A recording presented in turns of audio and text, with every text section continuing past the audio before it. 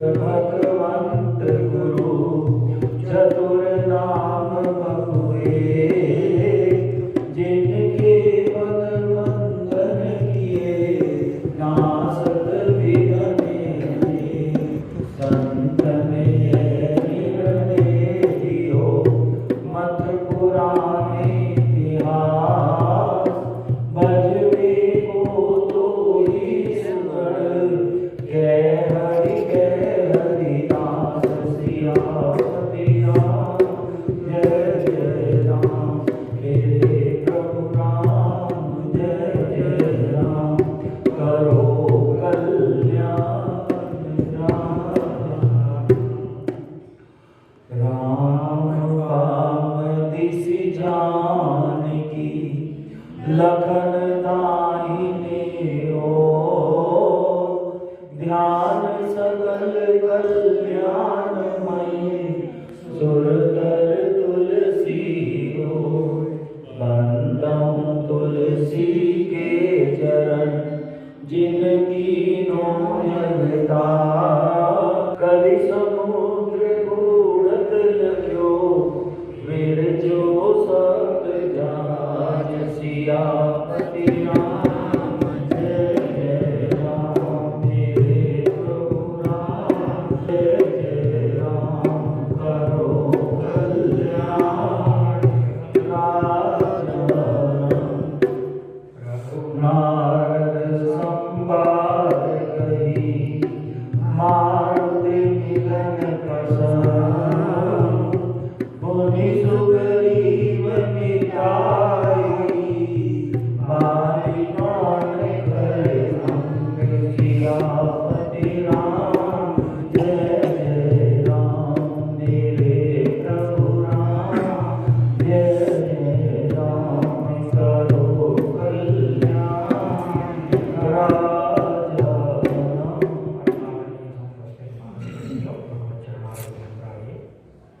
उत्तरकांड के अंतर्गत आप काकभूषण की रामायण प्रसंग सुन रहे हैं। और अरण्य कांड में जो कुछ हुआ वो आप सब जानते हैं। पंचवटी में भगवान रहे हैं, वहाँ लक्ष्मण जी के पूछने पर उपदेश दिया है उनको माया धर्म जीव के बारे में। और फिर सूर्पणखा आई है तो उसको कर दिया। सूर्पणखा जिन कीन गुण, और सूर्पणखा ने जब अपने भाइयों को जाकर अपनी दुर्गति के बारे में बताया तो खरदूषण आई है, वो भी मारे गए। भगवान ने उनका भी वध कर दिया। फिर सूर्पणखा ने दशानन को जाकर बताया है, दशानन ने मारीच के साथ सीता हरण के लिए युक्ति की, जो उनके मध्य बातचीत हुई वो सब आपने सुनी। और किस प्रकार वो आए तो जानकी जी का हरण करने थे, लेकिन जानकी जी उनको माया के रूप में, माया की सीता ले। और भगवान ने माया की सीता का हरण कराया, और फिर भी ऐसे व्याकुल हो रहे हैं जैसे वास्तव में सीता हरण चली गई। नाटक तो पूरा कर रहे हैं ना। नाटक तो पूरा ही कर रहे हैं, तो भेद वही जानते थे इस चीज। और सीता हरण में जो गीधराज ने अपनी आहुति दी थी, उनको भी यथोचित सम्मान दिया है। पुत्र जैसे अपने पिता की क्रिया करता है वैसे ही भगवान ने उनकी की है, और उनको वही गति प्रदान की जो कि योगियों को प्रदान की है। गति दीन जेहि जाचत जोगी।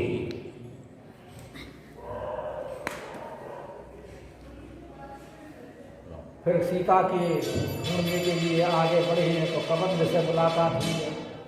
कबंध का वध करने के बाद में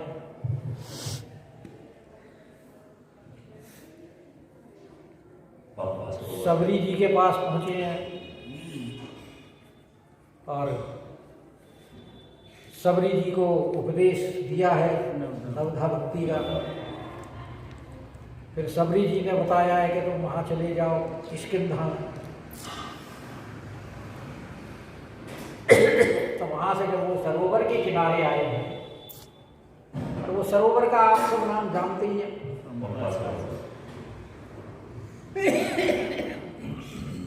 और वहाँ पंपा सरोवर पर जब भगवान अब तक तो बड़े विरह में थे, अब बड़ी प्रसन्न मुद्रा में,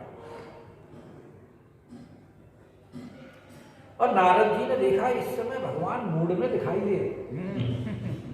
अच्छे मूड में। चलो भाई किसी से अगर कोई बात पूछनी हो या बात करनी हो तो सबसे पहले उसका मूड देखा जाता है। वो देखा जाता है। और बोले कि अब भगवान से पूछते हैं कि हमें क्यों नहीं शादी करनी थी भगवान आपने।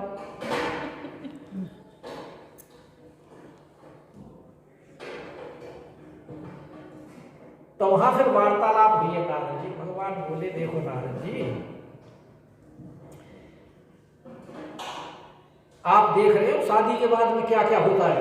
रोना भी पड़ता है। रोना भी पड़ता है।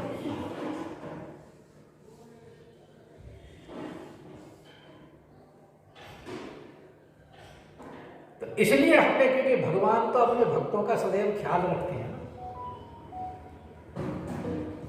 प्रभु नारद संवाद कही और मारुति मिलन प्रसन्न। तो नारद जी के माध्यम से फिर उपदेश दिया है भगवान ने, और यहां आपका अरण्य कांड समाप्त हो नारद जी के उपदेश में। उसके बाद में फिर किष्किंधा शुरू।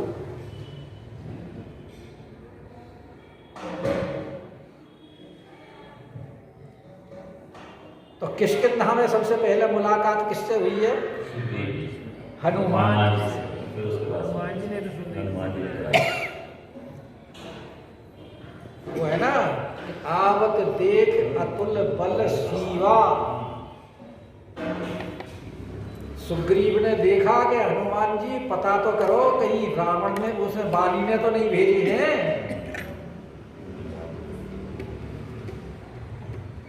और जब हनुमान जी गए हैं तो वहां हनुमान जी की फिर भगवान से मिलन हुआ, मारुति मिलन प्रसन्न। तो इसमें काकभूषण जी रामायण में 3 बार मिलन का प्रसंग आया। वाल्मीकि प्रभु मिलन बखाना, और यहां मारुति मिलन प्रसन्न। और फिर बाद में कहां आएंगे जब जानकी जी से मिलेंगे? क्यों जी? सीता रघुपति मिलन बहोरी। और तीनों ही राम के पर अनन्य भक्त।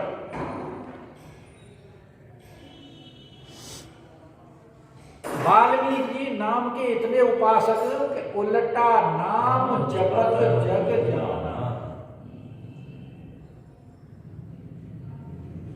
वाल्मीकि भय यानी नाम के कितने जापक हैं, कितना नाम जपा होगा उन्होंने। उस नाम जप के प्रभाव से उनकी जो स्थिति हुई कि वाल्मीकि भय ब्रह्म समान, नाम की महिमा।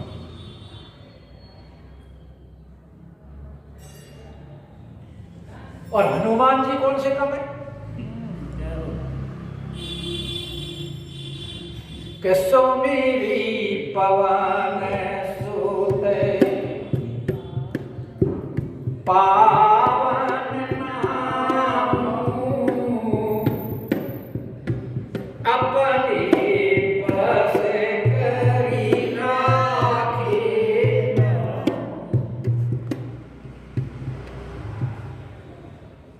बस में कैसे हुए भगवान? सुमेरी, पवित्र भगवान का जो नाम उन्होंने स्मरण किया है, जप किया है, उसका प्रभाव अपने बस करी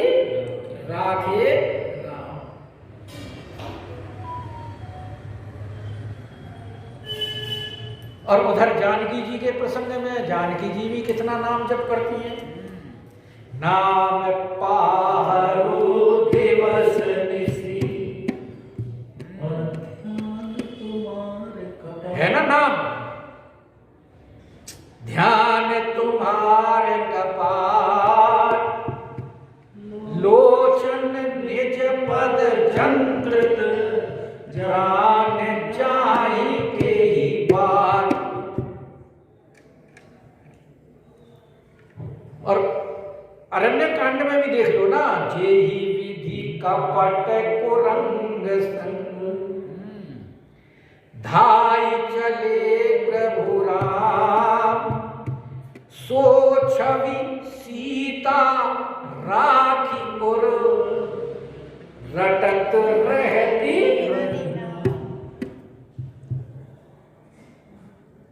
तो हम हनुमान जी तो अपने प्रभु से बिछुड़े हुए हैं, मिलना चाह रहे थे।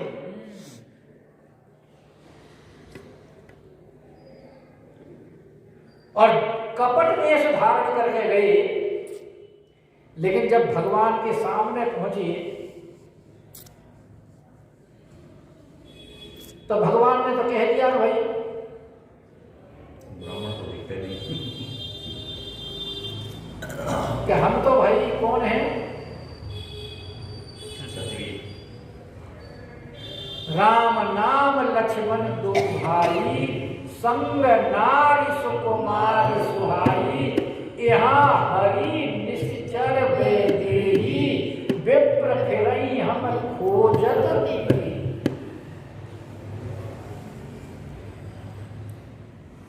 क्योंकि हनुमान जी ने प्रश्न ही ऐसे किए थे, भाई तुम कठिन भूमि को बल पदगामी, कवन हेतु विचरऊ बन स्वामी। तो उनका उत्तर तो भगवान ने देना, बोले तो हम तो इसलिए आए हैं। और बोले आपन चरित कहा हम गाई, के विप्र निज। अब तुम भी तो अपनी सुनाओ।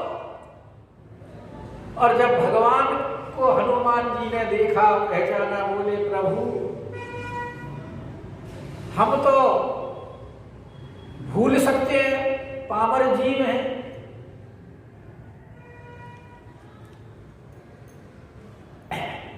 आप हमें कैसे भूल गए। और उनके चरणों में गिर पड़े हैं। फिर भगवान ने उनको हृदय से लगाया है। तो वो सारा मारुति मिलन प्रसंग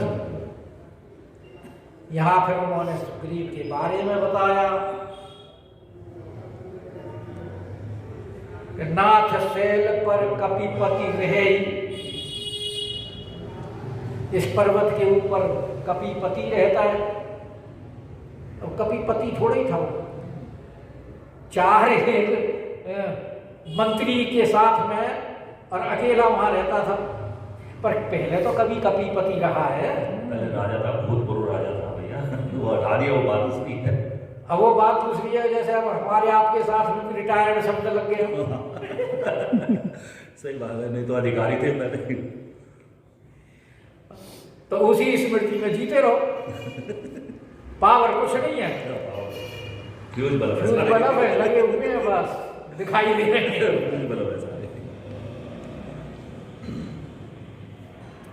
तो फिर बोले कि आप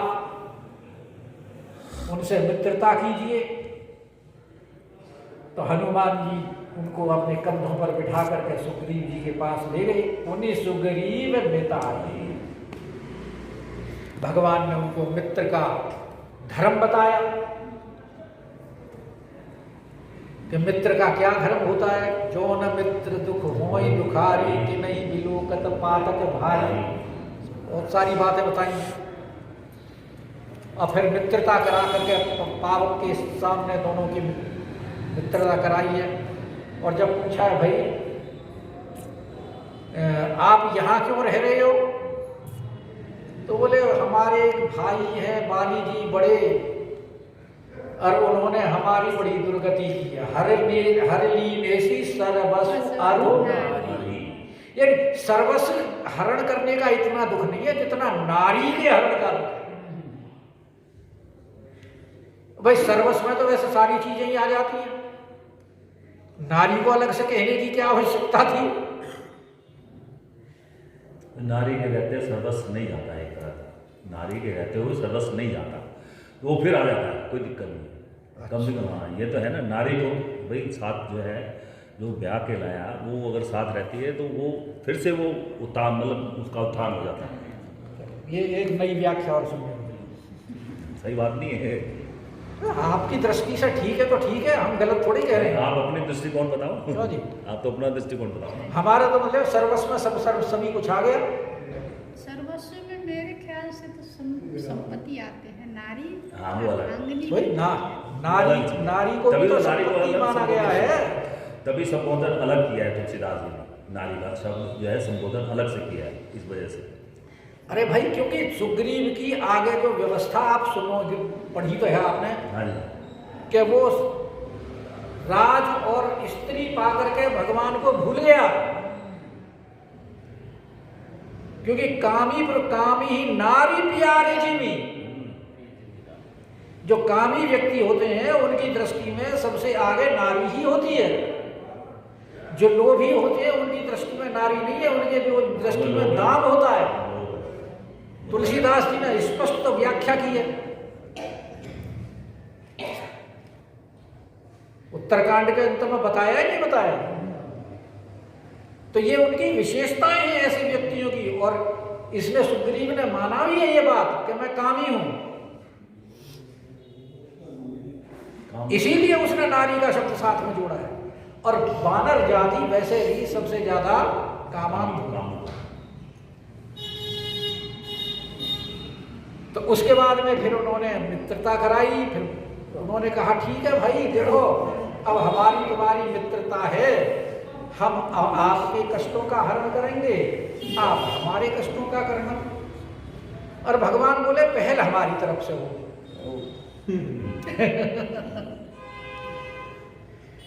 कल को आप ये ना कहोगे जी हमने तो काम कर दिया और आपने हमारा काम नहीं किया। फर्स्ट टर्म मेरी है। तो बोले तुम्हारे कष्ट का जो निवारण है वो बाली की मृत्यु से है। तो भगवान ने फिर बाली को मारा है कि बाली प्राण कर, क्योंकि सुग्रीव की दृष्टि में कोई ऐसा योद्धा था ही नहीं जो बाली को मार सके।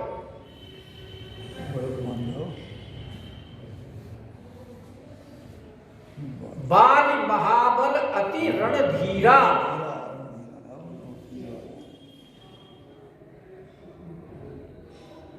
तो भगवान ने कहा ठीक है भाई, कैसे मरेगा? क्योंकि जी परीक्षा कि दुंदुभि अस्थि ताल दिखराए और बिनु प्रयास रघुनाथ डहाए। तो देखी अमित बल बाढ़ी प्रीति, बाली बधव इन भई परकीति। और फिर भगवान ने वो सारी कथा आप सब लोग जानते हैं कि बाली प्राण कर भंग। और फिर वहां लखनलाल जी को भेजा है, आप इनका तिलक कर दीजिए जाकर के। कपि ही तिलक, सुग्रीव का तिलक नहीं है, वहां राजा का तिलक नहीं है, कपि का। क्योंकि कपि जो है वो कामी है, इसीलिए तो भूल गया भगवान को। कपि तिलक करी प्रभु कृतो शैल प्रवर्षन वास। भगवान ने प्रवर्षण गिरी के ऊपर फिर अपना निवास किया चातुर्मास व्यतीत करने के लिए। चातुर्मास में ये आषाढ़ से प्रारंभ होता है ना, आषाढ़ के बाद शुरू हो जाता है, कार्तिक मास तक चलता है। आषाढ़ की जो शुक्ल पक्ष की एकादशी है, कुछ तो उससे प्रारंभ करते हैं, कुछ उसके पूर्णिमा के बाद प्रारंभ करते हैं। सावन, भादो, असौज और कार्तिक। और कुछ लोग जो अंतिम जो चौथा महीना है कार्तिक का, उसमें नियम सेवा कर लेते हैं, एक महीने कहीं तीर्थ पर रह करके। जैसे आप, अरे भाई हमारी नाम मत लिया करो। चले जाएंगे फिर मजाक मान लेंगे। हमारी बुलावा आ जाएगा वृंदावन से। फिर बुलावा आ जाएगा। और प्रवर्षण का मतलब होता है विशेष वर्षा। तो इसमें वर्षा ऋतु शरद ऋतु दोनों आ जाती है। तो वहां भगवान ने वास किया है। फिर उस समय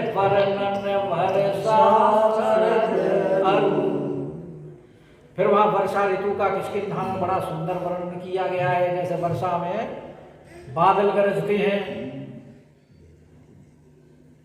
बिजली चमकती है, बरसात होती है।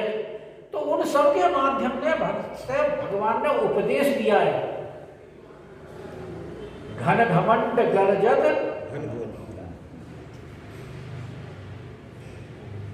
दामिनी दमक रहत घन माही, खल के प्रीत जथा थिर नाही। बूढ़ आघात सहनी गिरी कैसे, खल के वचन संत सह जैसे। बूढ़ परत भा ढावर पानी, जिग जीवही माया लपटानी। ये सारे उपदेश दिए भगवान ने इसके माध्यम से।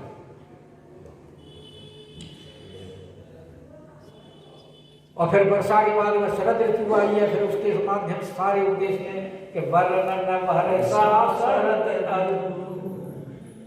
और शरद ऋतु बीत गई और सुग्रीव तो अपने मस्त हो गए वहां राजकाज में। तो भगवान जी ने यहाँ क्रोध दिखाया कि राम रोष। हालांकि भगवान को कभी क्रोध आता नहीं, क्योंकि जिनके स्मरण मात्र से काम क्रोध लोभ मोह सारे दूर हो जाते हैं, उनको क्या कभी क्रोध आएगा?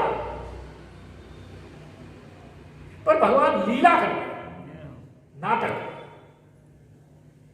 क्योंकि वो अपने भक्त को कभी भी संकट में नहीं देखना चाहते। उसको कैसे निकाला जाए, अगर उसके लिए रोष भी करना पड़े तो भगवान लीला में करते थे। और लखनलाल जी को कहा है कि भाई कि जिस बाण से मैंने बाली को मारा था उसी सर से मैं इसको भी मार सकता हूं। 23 सर हटो मूड में काली। और जब लखनलाल जी को देखा कि अरे ये तो वाकई में चल दिए, तब उन्होंने बोला, तब कह के मैं तात सखा सुग्रीव भय दिखाए ले आओ। सिर्फ डर ही डर दिखाना है, मारना नहीं है। बंदूक दिखानी है, गोली नहीं चलानी। कभी तुम तो टांग दो, तो तैयार है, लक्ष्मण तैयार रहते। तो भगवान जी का वहां रोष दिखाया है, हालांकि भगवान को रोष आता नहीं।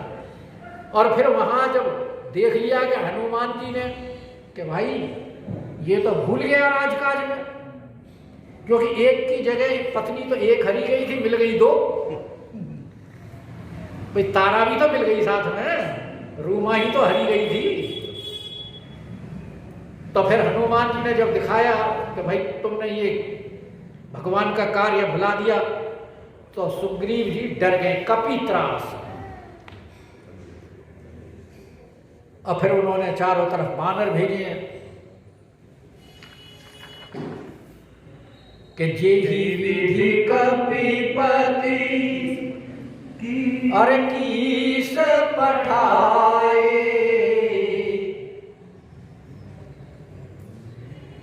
तो चारों तरफ बानर भेजे गए बुलाने के लिए कि सबको बुला के लाओ।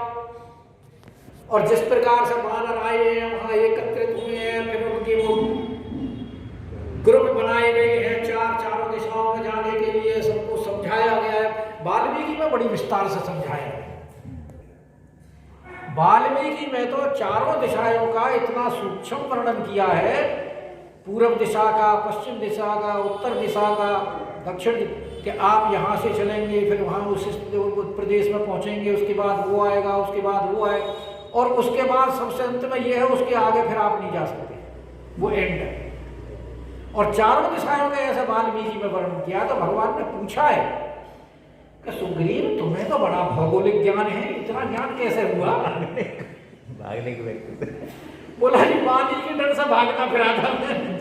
इसलिए सारी दिशाएं देख ली मैंने। क्या दिखा रहे हैं? बाली ने मुझे सारा भौगोलिक ज्ञान करा दिया। पूरी परिक्रमा की। तो फिर उसके बाद में चारों दिशाओं में गए, विधि कपीपति की से पठाए और सीता खोज सकल दिशि धाए। और जो दक्षिण दिशा में जो पार्टी गई है, उस पार्टी में प्रमुख जो सेना नायक हैं, वो जामवंत इत्यादि अंगद भी हैं, हनुमान जी भी हैं, नील सभी हैं उसमें। तो उसमें फिर जब वो पहुंचे तो रास्ते में उनको बड़ी प्यास लगी। अब जब सारे थक गए तो सबके संकट मोचन कौन है? हनुमान जी की तरफ देखने लगे। हनुमान जी ऊपर चढ़ के देखते हैं तो एक विवर के अंदर पक्षी घुस गए।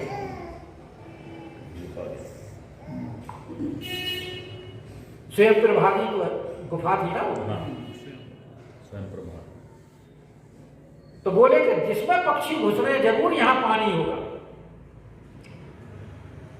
तो हनुमान जी बोले भाई उधर एक गुफा है उसमें चलो। बोला कि हम पीछे चलेंगे तुम आगे चलो।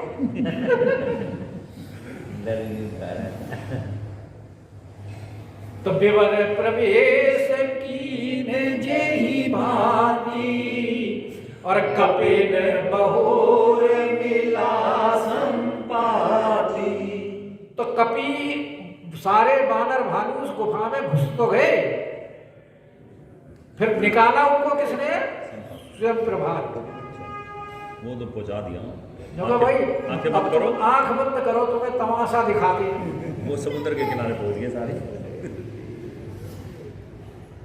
तो सबकी आंख बंद कराई, कहां निकले? समुद्र के किनारे। तो ये बानर भालू संपाति से मिल जाकर नहीं मिले, संपाति स्वयं बानर भालुओं से आकर के मिला है। क्योंकि ये तो वहां जब समुद्र के किनारे खड़े हो गए, यहाँ तो एंड आ गया, और कहां खोजे? कहाँ जाए? और अवधि समाप्त हो गई। और उसने कहा है कि अवधि के समाप्त होने पर जो आएगा तो मैं उसे मार दूंगा। तो हमारा तो मरण वैसे ही हो गया, क्योंकि ना तो काम हुआ और ना समय पर हम वापस जा सकते हैं। तो अब तो हम यहीं मरेंगे। कोई अनशन नहीं कर रहे। हमसे तो जटायु ही बढ़िया रहा। वो वार्तालाप कर रहे थे और संपाति सुन रहा था। भाई का नाम सुना तो वो स्वयं आया है, क्योंकि उसके शरीर में वो इतना बुढ़ा था और पंख वगैरह जल चुके थे। सूर्य के पास जाने पर बल्कि बानर ही उसको समुद्र तट पर ले गए हैं उसकी जलांजलि अपने भाई की देने के लिए। तो इसलिए बानर भालू संपाति से नहीं मिले, संपाति स्वयं बानर भालुओं से मिला है। खुद गुफा से निकल के बाहर आए। क्या कपिन बहोरी मिला संपाति और सुनी सब कथा समीर कुमारा। वहां जब चर्चा हुई है तो संपाति ने भी अपना कष्ट सुनाया है कि भाई हमारी ऐसी स्थिति क्यों हुई। मैंने अपने छोटे भाई की रक्षा करने में अपने पंख जला लिए और तुम जिस कार्य के लिए आए हो वो कार्य तुम्हारा हो तो सकता है, लेकिन वो जो ये समुद्र है 100 योजन का, उसको पार जो चल जाएगा वो इस कार्य को कर सकता है। क्योंकि मैं तो उसे देख रहा हूं कि मैं देखा हूं तुम बनाई। क्यों? कि गीध ही दृष्टि अपार और बूढ़ भयऊ न करते कछुक सहाय तुम्हार। भाई बूढ़े आदमी सिर्फ सलाह ही दे सकते हैं, कर तो कुछ सकते नहीं। रास्ता ही बता देंगे भैया, चले जाओ तुम। रास्ता बता देंगे। तो मैं तो देख रहा हूँ वो अशोक वाटिका में बैठी हुई है, मेरी अपार दृष्टि है। पर पंख लगने के बाद तो जवान हो गया वो पंडित जी। वो तो जब वहां जलांजलि देने के लिए ले गए ना, तब भगवान के भक्तों का स्पर्श हुआ है तो पंख उगने शुरू हुए, जवान जी उगने शुरू हुए। मतलब पूरी तरह से नहीं हुए थे। वो तो टाइम लगेगा ना फिर। तो फिर वहां सबने अपने अपने बल का वर्णन किया है। पंडित जी और- ये तो बता दें अशोक वाटिका में सीता जी बैठी, ये तो बता दिया। हाँ, उसने संपादी ने बता दिया था ना, वो तो मैं गीत कह रहा दृष्टि थी ना, बता दिए दूर तक कह तो रहा हूँ कि मैं देख रहा हूँ तो नहीं, मैं देख रहा हूँ तो मैं नहीं दिखाई दे दूर तक सकता। दिखाई देता था ना, इसलिए बता कि वो बैठा हुआ है, उसने बता दिया है, तभी तो उन्होंने विभीषण से युक्ति पूछी है जाकर के लंका में। तो सुनी सब कथा, और समीर कुमारा का नाम इसलिए लिया है कि कार्य तो आखिर में हनुमान जी ने ही करना है, समीर कुमार जोड़ी। क्योंकि जब सबने अपना अपना बल बखान लिया और सारे चुप रह गए, तभी तो जामवंत जी ने कहा का चुप साधी रहे हो हनुमाना, पवन तने बल पवन समान, राम काज लगी तवे अवतारा, तो सुनत ही भयउ पर्वताकार। और फिर तो जैसे ही उनके अंदर, फिर तो जामवंत में पूछो तोरी, उचित सिखावन दीनो मोहि। क्योंकि कह तो रावण को मार के सीता को लेके यही आ गए, लंका को डुबो दो समुद्र में। जो कि नहीं नहीं भाई, भगवान ने जितना कहा है उतना ही करना है। सिर्फ तुमने पता ही चला। और फिर तो हनुमान जी पार करते ही दिखाई देंगे, नाघत भयउ पयोधि अपारा। फिर तो वो लंका को, वो तो समुद्र को पार करते ही दिखाई दिए। और लंका कभी प्रवेश जिनकीना, तो लंका के प्रवेश में जितनी भी हनुमान जी को बाधा आई है, सबसे पहले तो सुमेरु पर्वत, उसके बाद फिर सिंहिका, उसके बाद फिर लंकिनी के मोर आहार जहां लगी चोरा, सुरसा भी आई है बीच में। और लंकिनी के साथ तो सत्संग हुआ है, प्रवेशी नगर कीजे सब काजा हृदय राखी कौशल। क्योंकि हनुमान जी जब चलिए वहां से, तो किसको नरहरि को रूप सुमेरी चले नरहरि, तो उसने कहा नरहरि नहीं, वो तो इसलिए चले कि वहां मारकाट भी होगी, तो नरसिंह भगवान का अवतार है और वो इस काम में ठीक है, तो उन्हीं को हृदय में धारण करके लो। लेकिन वो लंकिनी बोली नहीं भाई, तुम किसका ना चलो प्रवेशी नगर कीजे सब काजा राखी कौशल। अनन्यता जो इष्ट है उसी को हृदय में धारण करो, राम जी को अपने हृदय में धारण करके प्रवेश करो। तो लंका का भी प्रवेश कीना। अब फिर लंका में जाकर के सारे में उन्होंने भ्रमण किया है, विभीषण जी से मुलाकात हुई है, विभीषण जी से मंत्रणा हुई है, फिर विभीषण जी ने युक्ति बताई है। वहां जानकी जी के पास पहुंचे कि पुण्य सी तो वहां मुद्रिका डाल करके और जानकी जी को राम कथा सुना करके, और जिस प्रकार को धैर्य दिया है, क्योंकि वो बड़ी व्याकुल हो गई थी ना। रावण जो आकर के कह गया था कि मास दिवस मऊ कहा न माना, तो मैं मारव काढ़ कृपाना। इसीलिए वो अग्नि मांग रही थी, त्रिजटा से कहा था। तो हनुमान जी ने फिर उनको मुद्रिका डाल करके धैर्य धारण कराए, वार्तालाप हुई है। और फिर बन उजारि रावण ही प्रबोधि, फिर किस प्रकार उन्होंने अशोक वाटिका को उजाड़ा है कि कछु मारिसि कछु मरदिसि कछु मारिसि धरि दूर, कछु पुनि जाई पुकारे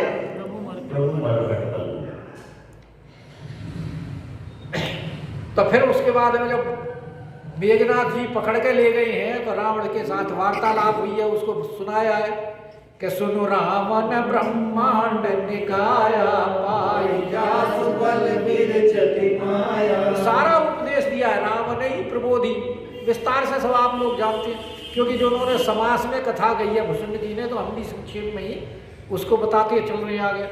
और फिर किस प्रकार लंका जलाई है, क्योंकि रावण ने तो कह दिया था कि भाई इसकी पूंछ में आग लगा दो। विभीषण जब आए हैं, पहले तो मारने की आज्ञा दी, जब विभीषण आए तो उन्होंने कहा कि नीति विरोध न मारिए, आन दंड कछु करिए, सब ही कहा मंत्र बलवान। तो तेल बोरी पट बांध मुनि पाव बुलाए। तो हनुमान जी देखो कितने चतुर हैं, तेल भी लंका वालों का, कपड़े भी लंका वालों के, और जलाई भी लंका ही, माचिस मिल गई। सब कुछ उनका। ऐसी सर्जिकल स्ट्राइक की हनुमान जी ने जाकर के, भाई सर्जिकल स्ट्राइक ही तो है ये, क्यों जी?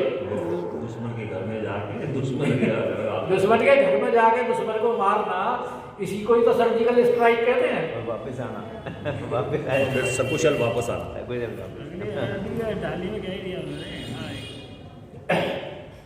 तो लंका कवि प्रवेश कीना, मुनि सीता धीरज कीना, मन उजारि मनहि प्रमोद, पुर कहि लागे बहुरी पयो। और फिर उल्टे वापस आ गए, उलट पलट लंका सब जारी, कूद पड़ा पुनि सिंधु मजारी। अरे पूछ भुजारी कोई श्रम धरि लगी रूप बहोरी, जनक सुता के आगे ठाठ भयो कर। और बात कोई दीजे कछ छीना, जैसे रत्नाय कोई दीना, चूड़ामणि उतार तब थे। तो चूड़ामणि लेकर के फिर इस पार में आ गए जहां बानर थे, कि पुरे कही नागे बहुरी पयोरी, और आए कपि सब वो बीच में जो वार्ता हुई है ना, कि किस प्रकार से वो बातचीत करते हुए आए हैं वानरों के साथ, और फिर किस प्रकार वो मधुबन के फल खाए, अंगद संमत मधु फल खाए, रखवारे जब बरजन लागे, मुष्टि प्रहार हनत सब भागे। वो सारा प्रसंग छोड़ दिया, अब तो इसलिए आए कि आए कपि सब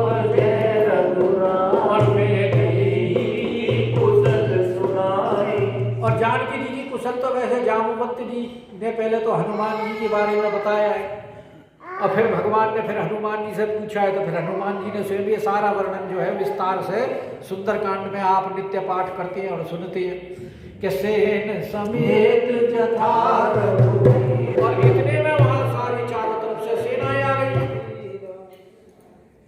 नाना वर्ण भालू कपि आए जूथप जूथ। और भगवान शंकर ने तो कहे सो मूर्ख जो करण से है लेखा। इतने बंदर आ गए कि पदों 18 जूथों बंदर। तो सेन समेत जथार रघुवीरा, और सारी सेना को लेकर के भगवान कहाँ पहुंच गए? समुद्र के किनारे। और समुद्र के किनारे पहुंच करके किस प्रकार से फिर उन्होंने इतने में वहां जब पहुंचे तो विभीषण भी आ गया, क्योंकि लात मार कर रावण ने उसको भगा दिया, सब कुछ भगवा दिया हमारा। विभीषण जी को बड़े ज्ञान की बात बताई थी, लेकिन अहंकारी व्यक्ति को ज्ञान अच्छा नहीं लगता। उसने देखा कि सलाह से हमारी लंका की भूख के लिए यही बैठा रही। तो रावण को यह तो क्रोध था कि सारी लंका फूट गई, एक विभीषण कर रह रही, इसका घर कैसे बच गया? रावण के मन में यह भी तो था कि सारी लंका पर जल गई, वो लटी पलटी लंका सरकारी, लेकिन विभीषण का घर क्यों नहीं चला? वो समझ गया ना, शय इसी की थी भैया। जलाने देखी जाएगी। तो बोले तो हमें नीति सिखा रहे, क्या उन्हीं को जाकर के नीति सिखा जिनके से तू मिला हुआ है। तो मिला, फिर वो विभीषण जी वाकई में वहां से चल दिए, मिला विभीषण विभीषण ने कहा कि किस प्रकार से भगवान ने पूछा कि विभीषण जी लंका के समुद्र कैसे पार करें, तो उन्होंने फिर युक्ति बताई कि प्रार्थना करो कि संसागर और ये प्रसंग जो है सारा ये सुंदरकांड में, यहाँ सुंदरकांड समाप्त हो जाता है। उसके बाद लंका कांड शुरू होता है कि